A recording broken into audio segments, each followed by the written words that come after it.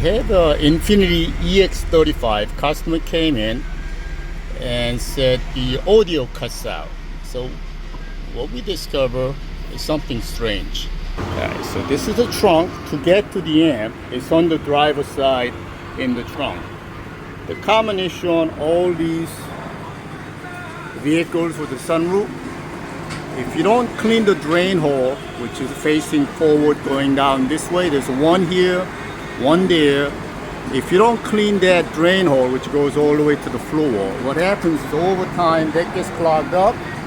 Water has to go somewhere, which happens to be the lowest part of the vehicle, either under the seat or the trunk. As you can see, this car been getting wet due to drain hole get clogged up.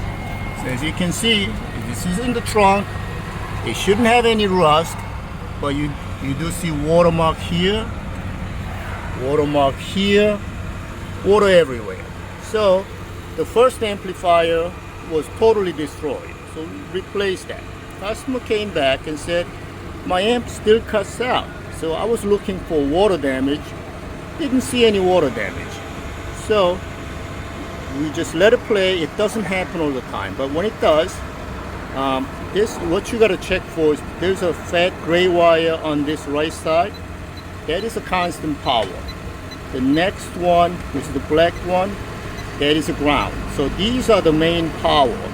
Then there are two other powers, which is gray wire and white wire. Wasn't there this gray wire? This gray wire on the bottom left is the third one down. That's supposed to be 12 volt. Then this goes on and off with the radio being on and off. So this is basically amp turn on wire. Then there's another wire, which is a white wire, which is right here is a release tab. First one next to it is a light blue. One next to it is a white wire. Can you move that? So that's the white wire.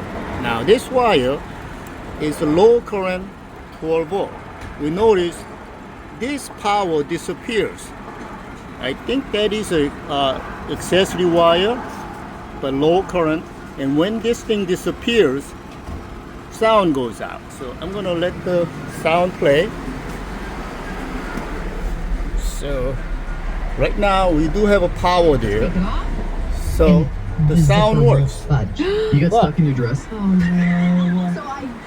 Randomly, this power disappears. So what we did is temporarily we just shoot power there to that white wire, amp comes on. So we know the trouble is that the power on the white wire disappear randomly for whatever reason. Probably somewhere along the line got cut. So what we're gonna do is we're gonna put that power. Let me turn off the radio so I don't have to shout it.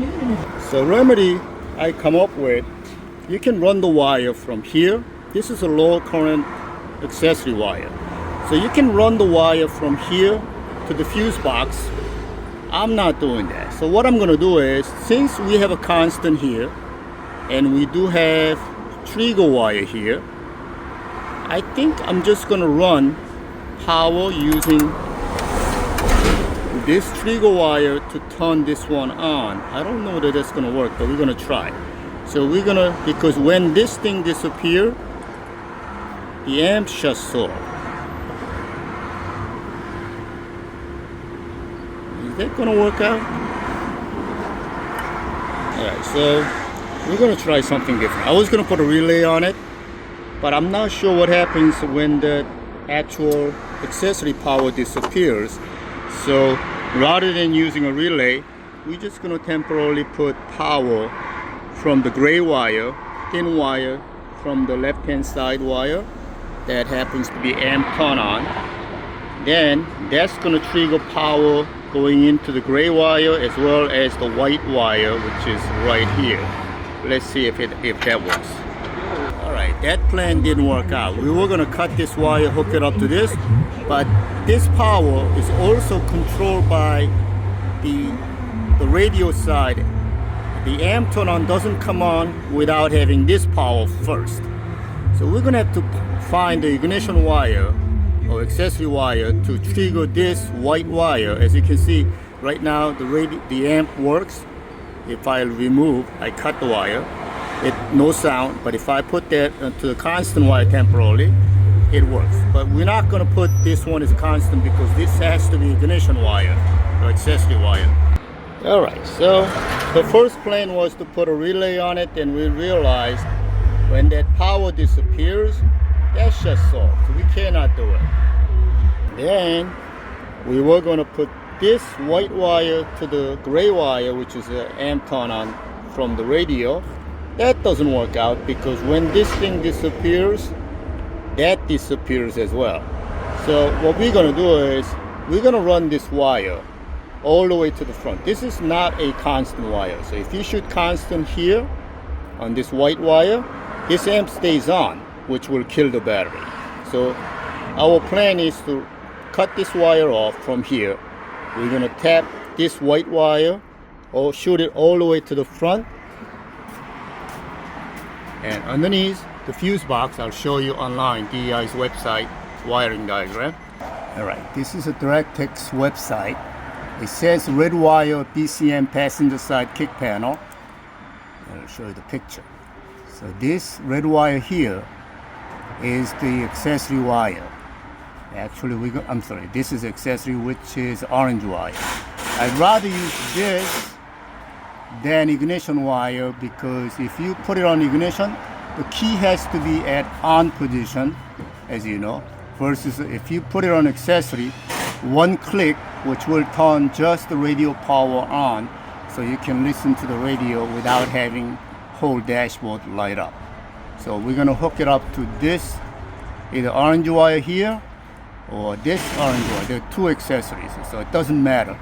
Be sure to fuse it because anytime you tap any power to the car side, you must put a fuse on it. So you can grab either one, this orange or that orange on the BCM passenger side, which is right here by the kick panel.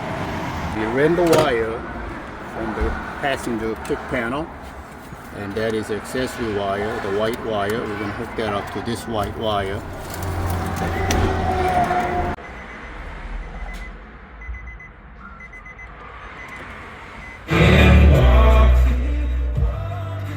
It's kind of weird. We connected to this orange wire. They said accessory, but I guess amp doesn't come on without having actual ignition on.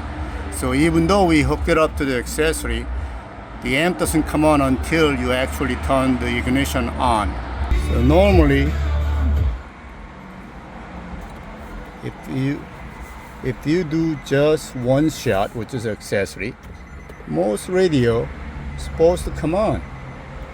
So even though radio's on, but it doesn't come on until I put it to ignition on position, then the radio comes on. Go figure. Anyway, it works. So we did cut the wire just in case I don't want any feedback going back into the car side. So that is the accessory wire we ran from the kick panel.